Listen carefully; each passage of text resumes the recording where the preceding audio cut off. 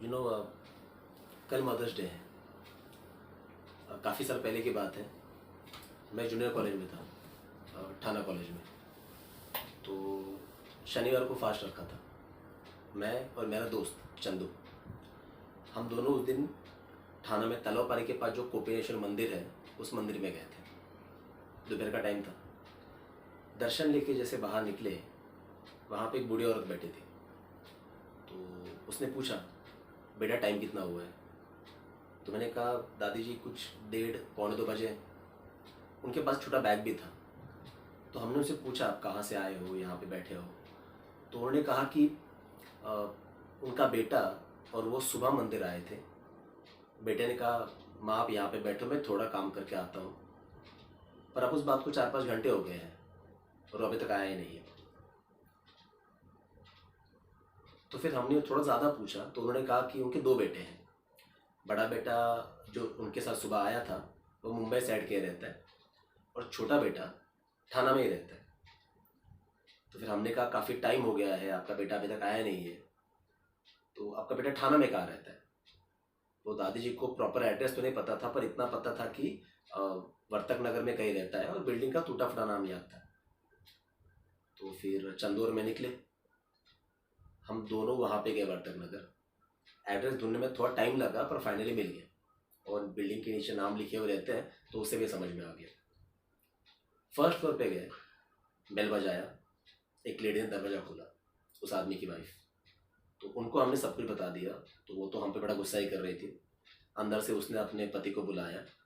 तो हमने उनको ही बता दिया कि आपकी माँ मंदिर में बैठी हुई है, और आपके भाई जो सुबह उनको वहाँ पे रख के गए अभी तक आए नहीं है। पहले तो वो आदमी हम पे भरोसा कर नहीं रहा था कि ये 16-17 साल के लड़के आए हैं, क्या बता रहे हैं। फिर हमने थोड़ा डिस्क्रिप्शन बताया उनकी माँ का। फिर उसने कहा, मैं 2 मिनट में आता हूँ। और वो बाजू वाले घर में गया, शायद अपने भाई को फ़ोन करने। तब हर किसी के पास फ़ोन नहीं हुआ करते थे, केयर ऑफ फ़ोन का पैटर्न था। तो वो आया 3-4 मिनट में, और उसने कहा कि आप जाइए, मेरी माँ को बताइए कि मैं आता हूँ थोड़ी देर में। तो चंदू ने कहा कि हमारे साथ ही चलिए। उसने कहा, नहीं नहीं, मैं आता हूँ, आप जाइए, माँ को बताइए, मैं आता हूँ। अब हमारे पास भी ऑप्शन नहीं था। हम निकले वहाँ से, फिर से मंदिर आए। कुछ 3:30-4 बजे होंगे। वो दादी जी को हमने बताया कि आपका बेटा आने वाला है। उस बूढ़ी औरत के चेहरे पे थोड़ा स्माइल आ गया।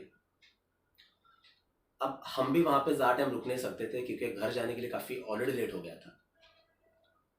तो फिर दोनों वहाँ से निकले, घर आए। लेकिन वो बात दिल में ही रह गई।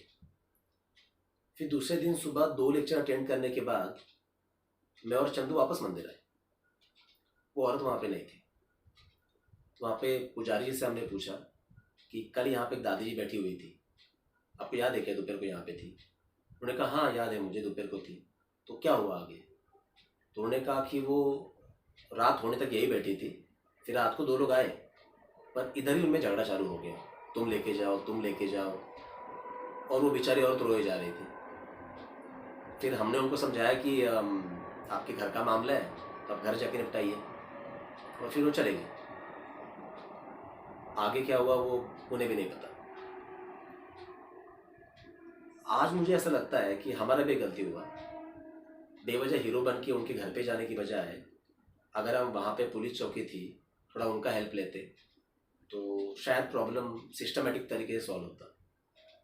लेकिन फिर ये भी थॉट आता है कि सॉल्व होता मतलब क्या होता? दोनों में से उनको बताया जाता कि आपको माँ को रखना ही है। फिर वापस से दोनों भाई झगड़ा करते, तुम रखो तुम रखो। बात यहाँ पे ये है कि जिस माँ ने आपको जन्म दिया है, आपको बड़ा किया है, एक माँ अपने बच्चे के लिए क्या क्या करती है ये बताने की ज़रूरत नहीं है। सदियों से इस पे बहुत सारे पोएम लिखे गए हैं, किताबें लिखी गई है, फिर भी कम है। माँ अपने आप में एक पूरा ब्रह्मांड है। भगवान को तो हमने देखा नहीं है, पर माँ ही है जो भगवान है, या माँ पिता दोनों भगवान ही है। कल परसों एक शेर पढ़ा था कि जब वो दुल्हन थी तो कॉकरोच से भी डरती थी। जब वो दुल्हन थी तो कॉकरोच से भी डरती थी। वो माँ है, अब वो सांप भी मार देती है। मराठीमध्ये एक म्हण है, स्वामी तिन्ही जगाचा आई विना भिकारी। खुशनसीब होते हैं वो लोग जिनको माँ का प्यार सालों साल मिलता है। और उसके बाद जब वो माँ बूढ़ी हो गई है तो कुछ ऐसे भी लोग हैं जो अब उसे रखना नहीं चाहते, या तुम रख लो मैं रख लूँ, इस पे झगड़ा कर रहे हैं। उस माँ पे क्या गुजर रही होगी? अब वो माँ है, शायद अपने बच्चों को माफ भी कर दे, माँ के मुंह से बच्चों के लिए दुआ ही निकलती है। पर ये ऐसे बच्चे, ऐसे लोग ये बात भूल जाते हैं कि दुनिया बड़ी सिंपल से लॉ पे चलती है कि हम जो भी करते हैं, अच्छा बुरा कर्मा, उसका फल हमें यही भुगतना है। तो आज जो हम कर रहे हैं उनके साथ, वो कल को बैकफायर होना ही है। ये सिंपल सी बात है और ये हर किसी के लिए एप्लीकेबल है, हमारे लिए, उनके लिए, हर किसी के लिए। इतनी सिंपल सी बात अगर इंसान याद रखे, हम याद रखें, तो शायद ऐसी नौबत ही ना आए। पर खैर पता नहीं क्यों इंसान ये याद नहीं रख पाता, कुछ इंसान याद नहीं रख पाते ऑफकोर्स। परसों और एक शेर पढ़ा था, जाने क्यों बोझ लगने लगते हैं वो कंधे, जाने क्यों बोझ लगने लगते हैं वो कंधे, जिन पे चढ़कर कभी मेला देखा करते थे। तो माँ या पिताजी के बारे में बस यही कहना है कि वही हमारे भगवान है। जिसके पास माँ है वो दुनिया में अमीरी है।